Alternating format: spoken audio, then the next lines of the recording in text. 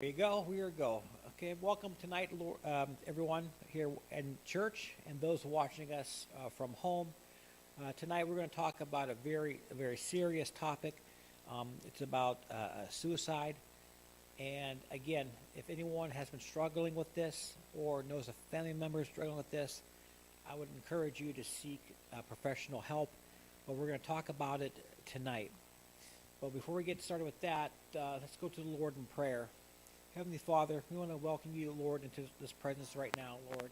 And Lord, tonight as we talk about a very serious matter about suicide, Lord, I ask that if anyone's out there struggling with these thoughts, Lord, that you'll send someone their way, that they will not make a rash decision here, Lord, that they will seek help and seek counsel. Lord, I ask that as Christians we become more aware of people around us, Lord, who are struggling, Lord, and we can say an encouraging word to them. Lord, I ask that you be with us tonight as we go into this study. In Jesus' name we pray, amen. So, like I said, tonight we're going to talk about a very, very somber and very serious subject. It is suicide. And I'll tell you this, I can't give you an exact percentage, but the people that I work with at work, the majority of them have either attempted or thought of suicide at one time or another. Matter of fact, we have a man in there now, nice guy, who's mostly homeless, pretty much all his adult life, has no support at all. He was somewhere in St. Paul. He had just done binge drinking. He was drunk, intoxicated. He was standing on a bridge, and he wanted to jump. By the grace of God, he called the police on himself, and they brought him to the hospital where he was able to get some help. And now he's at our place. And he wants to get connected to the AA community. He wants to get connected to the recovery church. And he has a knowledge about God, but he wants to. But I think he senses that's missing in his life. But there go the grace of God. That he didn't commit suicide. He didn't jump off that bridge. One of the things that we do at work is whenever a person comes in, we do this thing called the suicide risk assessment. And it goes through some questions about do they have a plan? Do they ever commit suicide in the past? And one of the questions that we ask them is this: do you ever regret that your suicide was not successful? Now, a lot of times, people say, "No, I don't regret it. I was in an emotional state." But every once in a while, there is someone who is disappointed that they did not end up committing suicide. So, when we hear the word suicide, it's a word that provokes fear, shame, and sadness. Some have called suicide a selfish act and a permanent answer to a temporary problem. And I'm guilty of that. I'm guilty of using that it is suicide. It's a permanent solution to a temporary problem.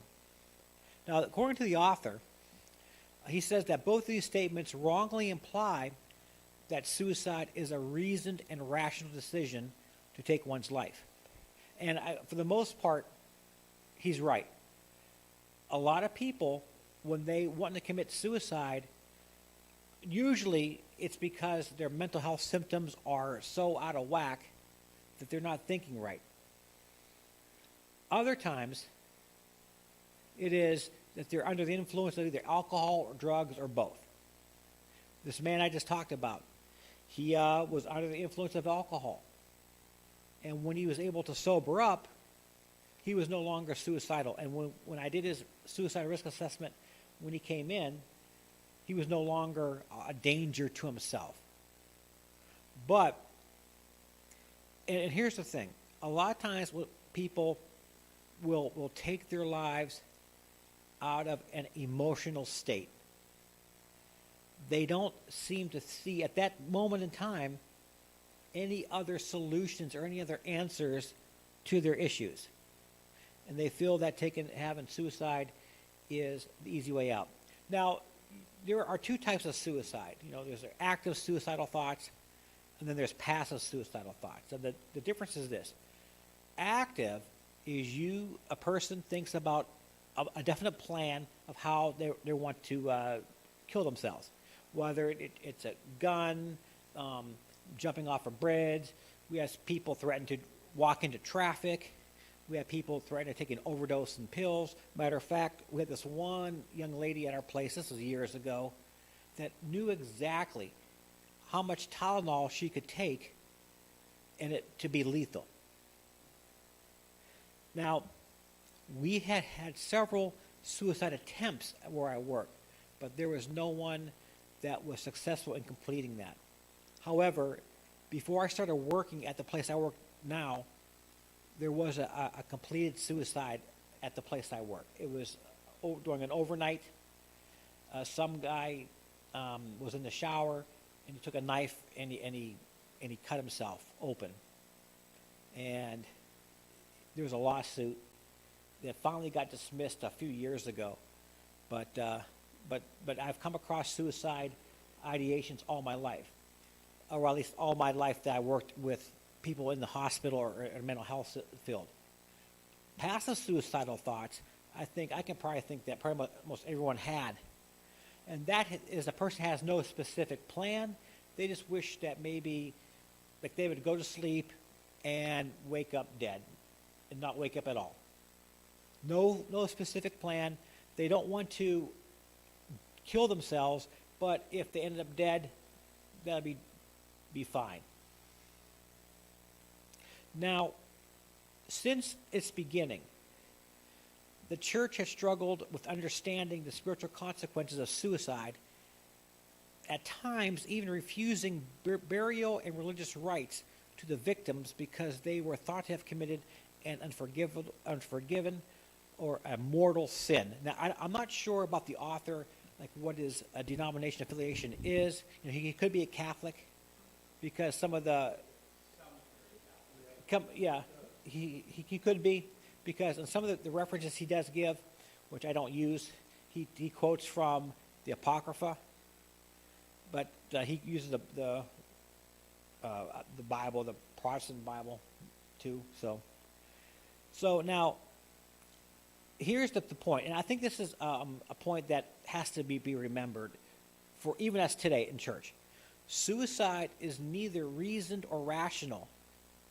And mental illness is the most common cause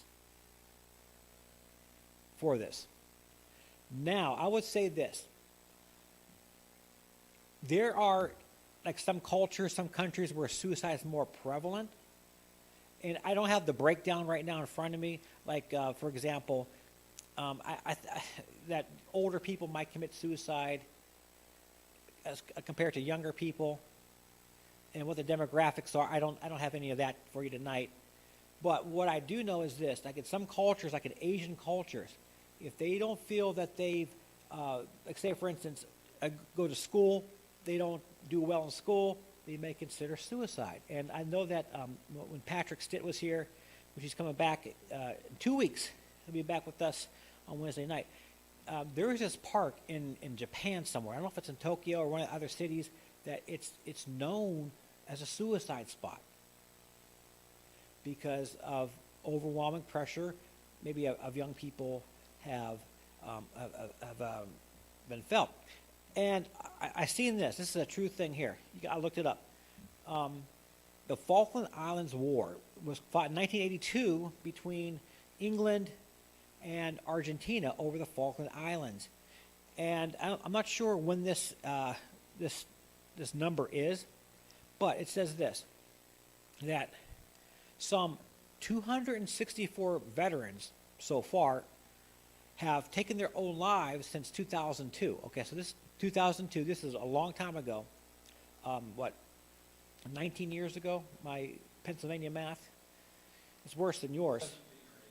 Whatever it is. 264 veterans died since that war. Those who were killed in the war was 255. So more veterans have killed themselves outside that war than those who died in that war. Now, the Falkland Islands War, that lasted maybe about 2 months. That was it. But still, that impact is there. Now, some warning signs. Warning signs, communicating ideas of suicide or a desire to die, of course, is the single strongest indicator of increased suicide risk. And of course, we've heard this before for some people, and maybe some people you do know. At work, I will say this, that those of us at work who deal with this for a long time, as we get to know some of our clients, we know when a person's serious, and we know when a person is maybe saying something to get our reaction. Like one time we had this one guy there that he wanted the medication Xanax. And he says, if I don't get my Xanax, I'm going to kill myself. Now, we knew that he wasn't really going to kill himself. He was just saying that to just to try to get some attention. However, there are times where if a person does say they're going to kill themselves, we ask, okay, do you have a plan? If they, I have a plan, then we may call emergency services on them just to be safe and just to make sure, because again, we like to err on the side of caution than not do anything at all, and later on a person takes their lives.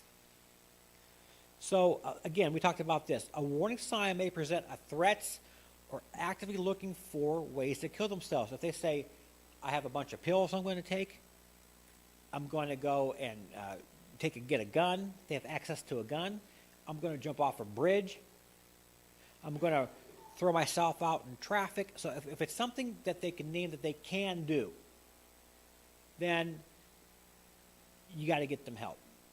Call the emergency services and they could take them to the hospital. Howard?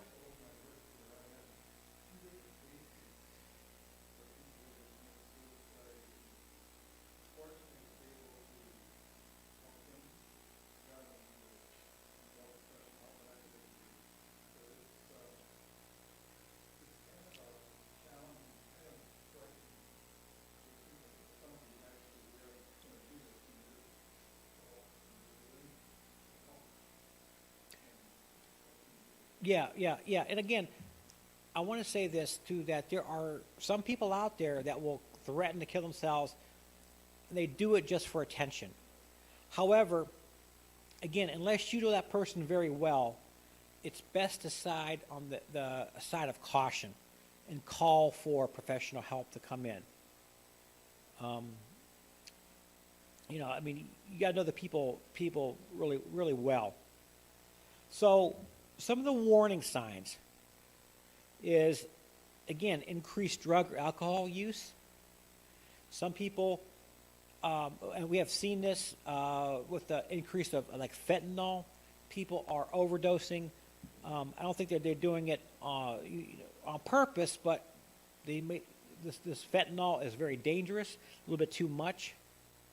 Right now, we have a bunch of Narcan. Narcan is used to help revive people. We got a bunch of Narcan everywhere in our place, just in case someone has to use. Now, thank goodness we haven't had to use it yet. But I will tell you this: that in some of our sister sites, a site up in St. Paul, we had a couple of people overdose and die right there on our property. And again, it's just terrible. And to have staff there like walk in on someone's dead body. Does a person have no reason for living? A person may be lost it all. A lot of anxiety and agitation. Inability to sleep or sleeping all the time. Feeling trapped, having no way out. Feeling hopeless. Some of the questions we ask: do you feel hopeless?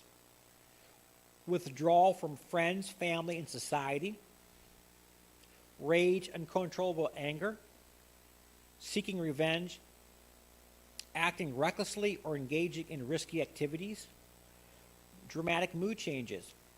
Some other signs that we ask our clients when they first come in, and we do a suicide risk assessment thing on them, is ask, have you written a will? Have you given away possessions? There are some people that I've seen this, that before they commit suicide, they could appear to be very calm. Like they already made up their mind. I'm going to have this plan. I'm going to do it. I feel better about myself. I feel calm. So just because a person feels calm and there's no like frantic behavior doesn't mean anything. I see people who can have a really good night and then attempt to take their own lives. Has anyone ever seen that?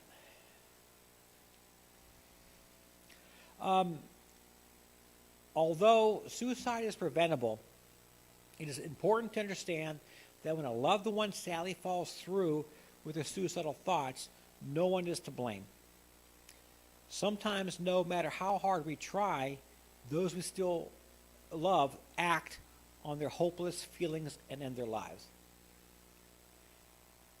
And that's something that we face not only with suicide at work, but wanting to get better. Now, we are a mental health provider. We deal with people with a serious and persistent mental health illness and also with CD issues. And sometimes mental health and CD issues go almost hand in hand. And we do come across people there that have no interest in making themselves better. Some people don't believe they have a mental illness.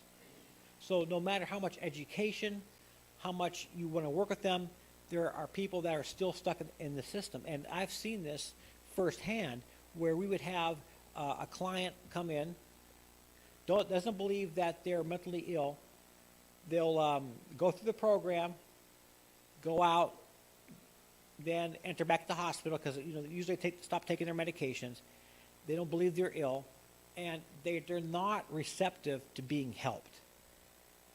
There are some people, unless God intervened, that they're determined to commit suicide. Sometimes there's nothing that we could do to stop them. Or we can always second guess ourselves. I should have done this. I should have done that. Sometimes people will find a way. So, what are some of the risk factors? Individuals living with mental illness are at a greatly increased risk of suicide. This does not mean that everyone with a mental illness is going to commit suicide. But what it does mean, those who have a mental illness are at an increased risk. Approximately 90% of those who die are suffering from a psychiatric disorder at the time of death.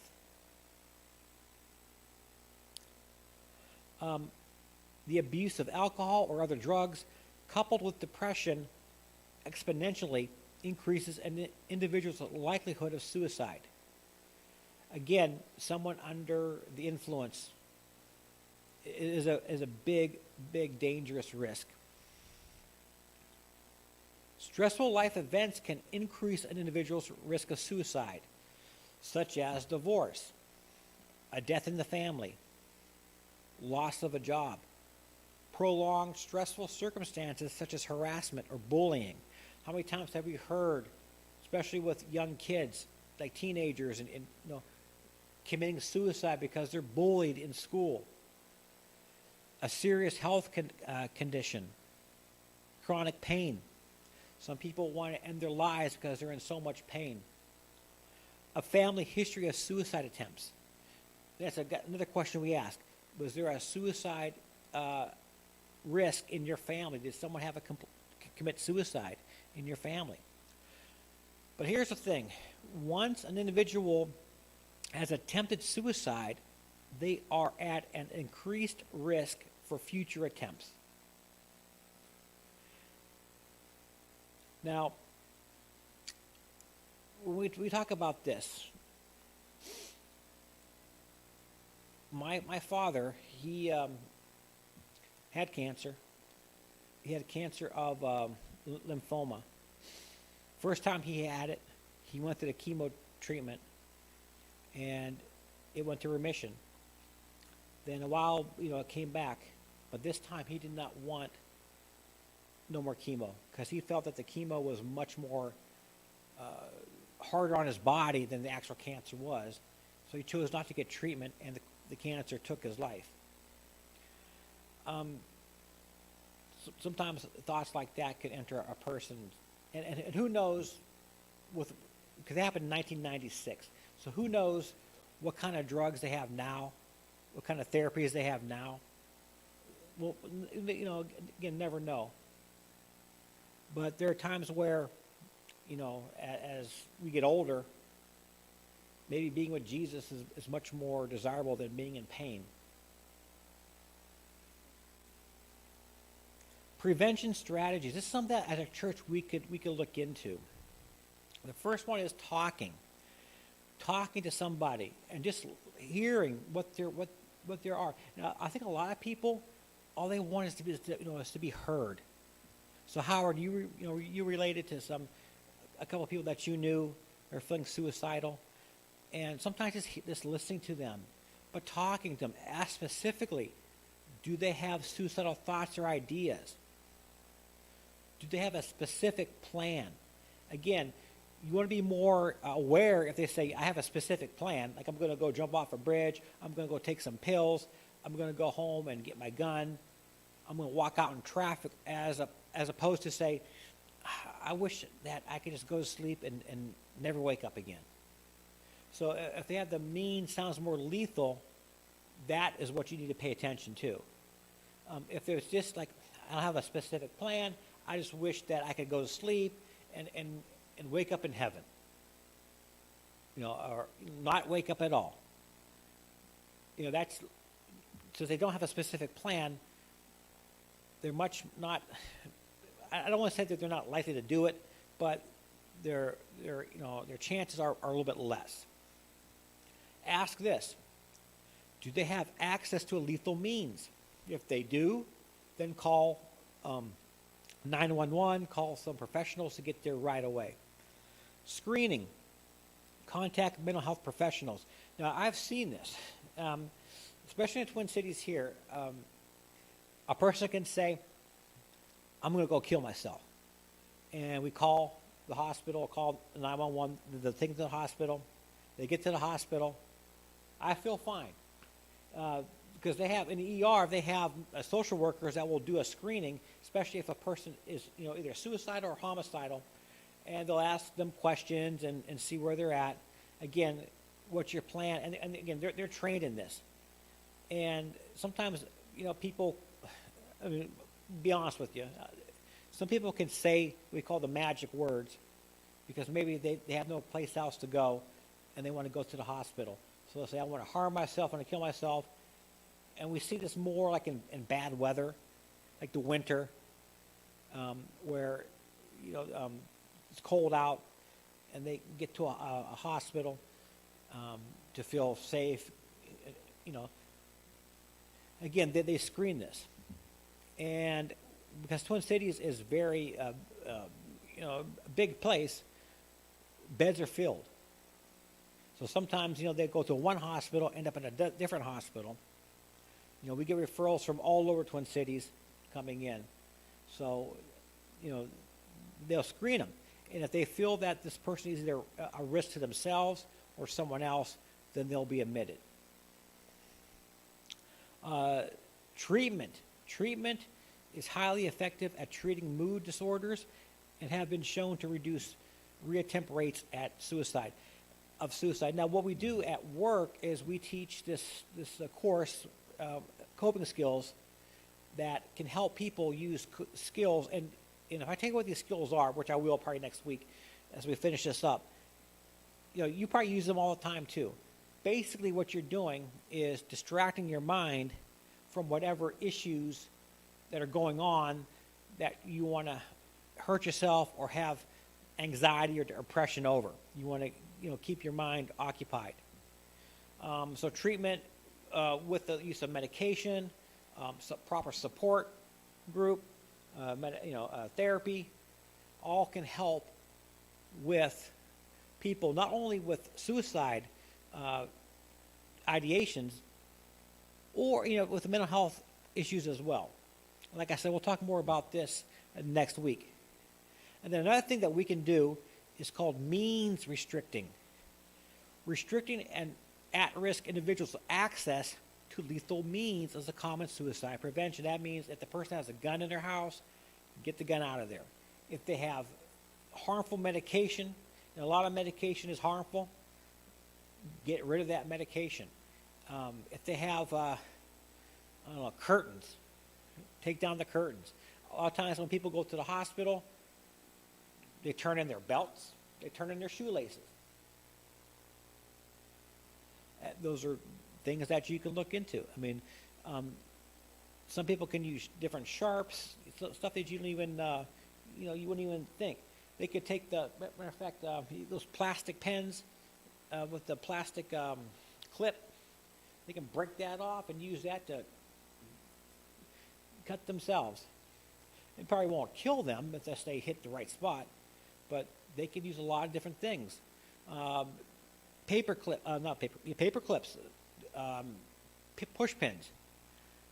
A lot of these types of things are dangerous. Of course, knives, dangerous.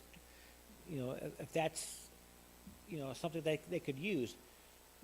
And see, at work, we do a lot of screening before we put people in our house where we are. And so we keep all our knives, our sharps locked up. They're not allowed to have razors in their room, like those modern Bic and Gillette razors. Not allowed to have those. We've got to keep those in their office. We keep our knives locked up. They have access to the butter knives, but not any of the sharp steak knives or cooking knives or chopping knives, anything like that. We all keep that locked up. Now, there are some examples in the Bible of both suicidal ideations and actual suicide, people who completed suicide. So,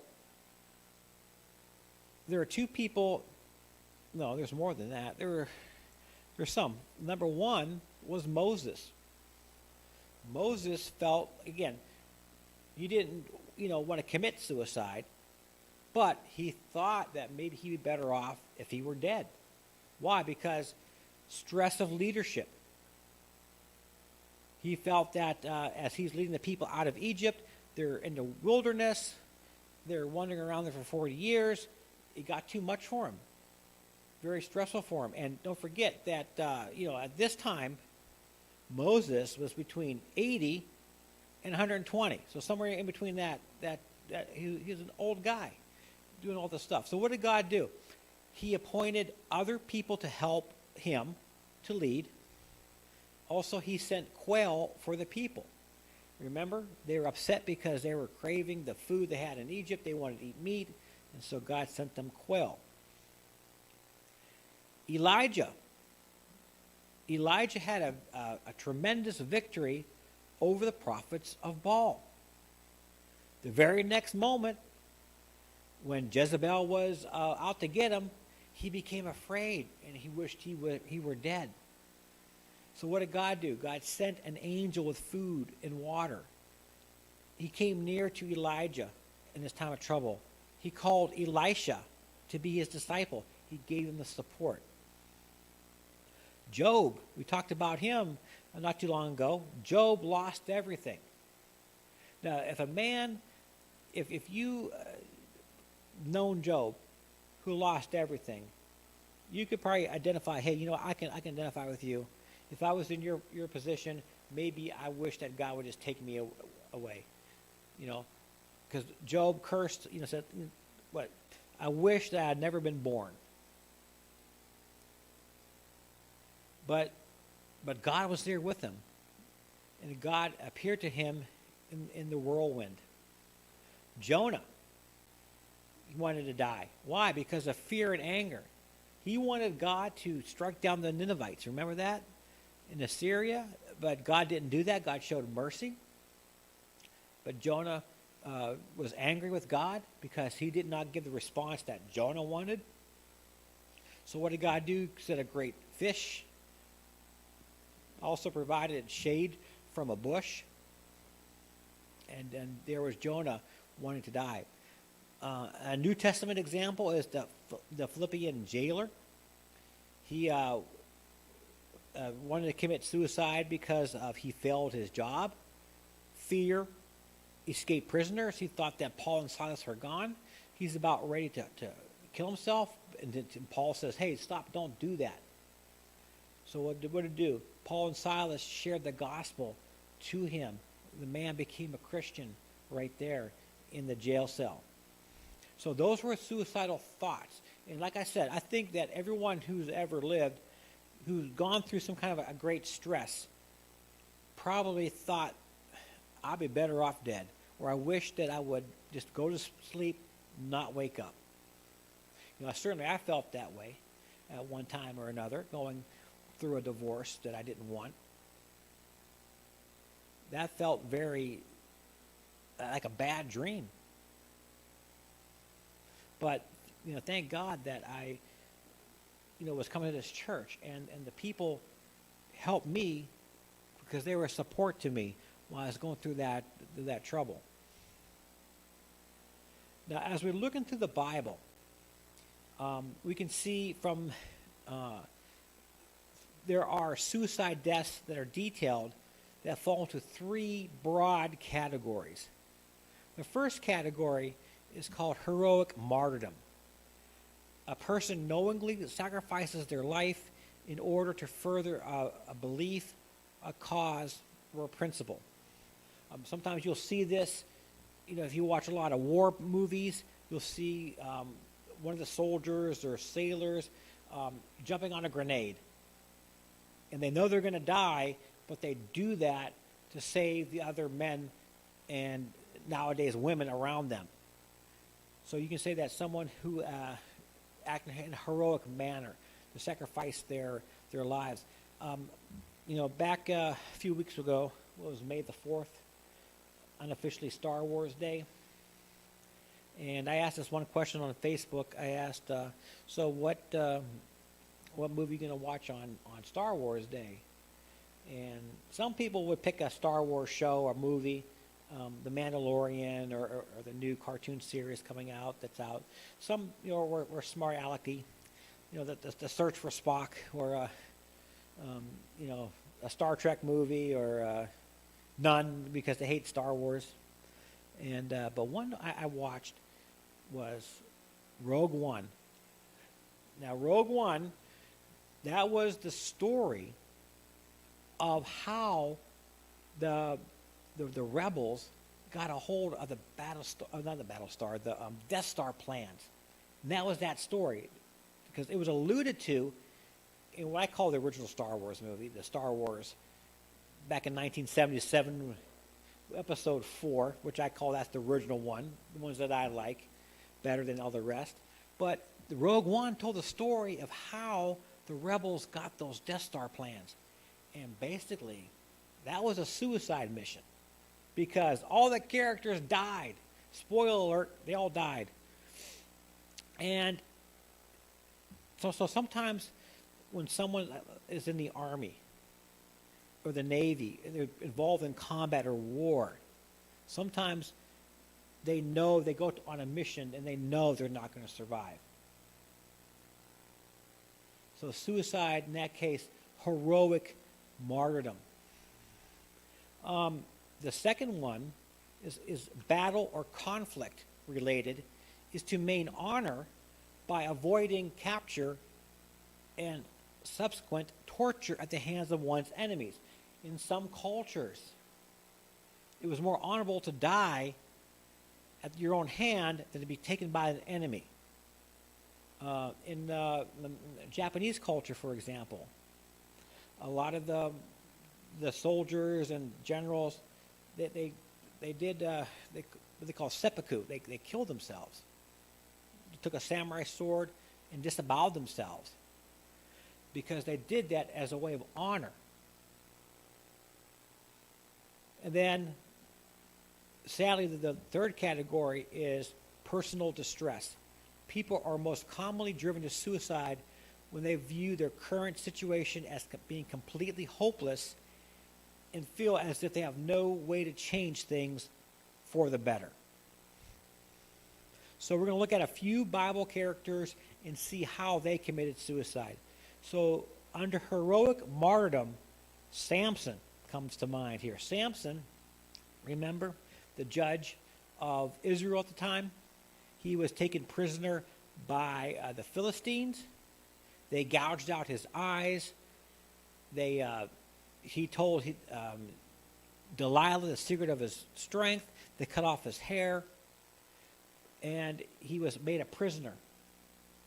And the Philistines would bring him out in chains like a circus act, so he can perform in front of all the people. And one day, he looked to the Lord and asked for forgiveness, and the Lord came, and his hair started to grow, and he asked to put one hand on the column, the other hand on the column, and he pushed it out. And he said at that time, he killed more Philistines in that one act than he did all the other times he was at war with Philistines. Now, Samson killed himself. He committed suicide. But here, it was a heroic method here. And Samson is mentioned as having great faith in Hebrews chapter 11. The other example for battle or conflict related, there's a couple of several examples this way. The first one is Abimelech. Abimelech was the son of Gideon. Abimelech killed all his brothers. There were 70 of them. And Abimelech set himself up as king. Abimelech ran into battle, and a woman dropped a millstone on his head. And the millstone it was fatal enough. It didn't kill him right away, but he knew he was going to die. And so what he wanted to do, he told his armor bearer to stab him because he didn't want to be killed by a woman. So he did. And the armor, and then that's what he did. He didn't want to die by a woman. A similar example was King Saul. King Saul was in battle. I think it was the Philistines. He was mortally wounded. He was afraid that the Philistines would make sport of him. They would just parade him around. He told his armor bearer to stab him. And I think, did he do that, or did Saul kind of fall on the sword? So Saul killed himself to preserve his honor. And then when the armor bearer saw that, the armor bearer killed himself too. So again, their motive was fear of capture and torture. Zimri, burning, he burned himself, a fear of capture. Again, personal distress. This guy here is someone of Ahithophel, who was a counselor to David, King David, and when King David was running away from Absalom, his son, because he wanted to take over the kingdom, Ahithophel fell in with Absalom. So he betrayed King David. So he hung himself because of disrespect, and he was afraid of what King David would do to him. So again, he took that way out. And finally, probably the most famous example in the Bible is Judas hanging, distressed over his betrayal of himself to Jesus, and that's probably the most famous one there. So there are three different categories. So this kind of begs the question of why we talk about it here. Now, is suicide an unforgivable sin? That's the question. That's the question I think that a lot of people would want to know, especially if they come from a Christian family, but a member of their family, out of a desperate act, kills him herself or herself. They want to know, will I see my loved one in heaven? And so I'm going to just present a couple things of what the author says, stuff that I saw online. Then I'm going to invite Pastor Troy to give his perspective from the Assemblies of God perspective of what this is. All right, so while both Jewish and Christian traditions consider suicide a serious sin, there is no direct prohibition of suicide either in the Old Testament or New Testament. All right. In Judaism, those who take their own lives are not entitled to Jewish burial and mourning rites. And I do believe maybe in Catholicism as well, they may not choose to bury them in a proper cemetery. Some of the church fathers, this is what they believed. St. Augustine considered suicide a sin that violated the sixth commandment. You shall not murder. You should not murder yourself. All right? Thomas Aquinas argued that suicide was a sin because life is God's gift and only God has the right to take that away. Some of that Talmudic rabbis, Augustine, Aquinas, all considered suicide to be a reasoned and freely chosen act. They believed that the suicidal individual was making a rational choice to violate God's plan and will for their life. Their thinking was, at least in part, based on a faulty understanding of suicidal motivations. They had no appreciation for the role that mental illness plays in suicide. And I think that's the part that we as Christians can also not take into account. Sometimes a person can make a rash decision out of a moment's notice because maybe their emotions are in such a way that they act out of their emotion instead of out of like a reasoned thought. And one thing that I will say this is that we serve a God that's grace and mercy. Sometimes, a lot of times God knows what's going on. And certainly I don't endorse suicide. I don't think anyone endorses suicide. But I would say this, if someone who knows Jesus commits suicide, I do believe that God is merciful and God will make the correct judgment. So Pastor Troy, at this time, what are your feelings about, from the Assemblies of God standpoint? So the whole idea is very nuanced, and it's wrapped up in our entire theology of the sanctity of life. We believe that abortion is wrong. We believe that euthanasia is wrong. And we believe that suicide is wrong. However, we also, what you just said, really encapsulates our view very well. We leave room for the grace of God. We leave room for the mercy of God. I did a funeral in 2019 of a young man who I was youth leader when he was in the youth group and he committed suicide. And one of the things that the mom asked me is he going to hell now because he did this? Suicide is not a one-way ticket to hell. It's not it's not the unpardonable sin. It's not unforgivable, except in the sense that you're not alive to ask forgiveness.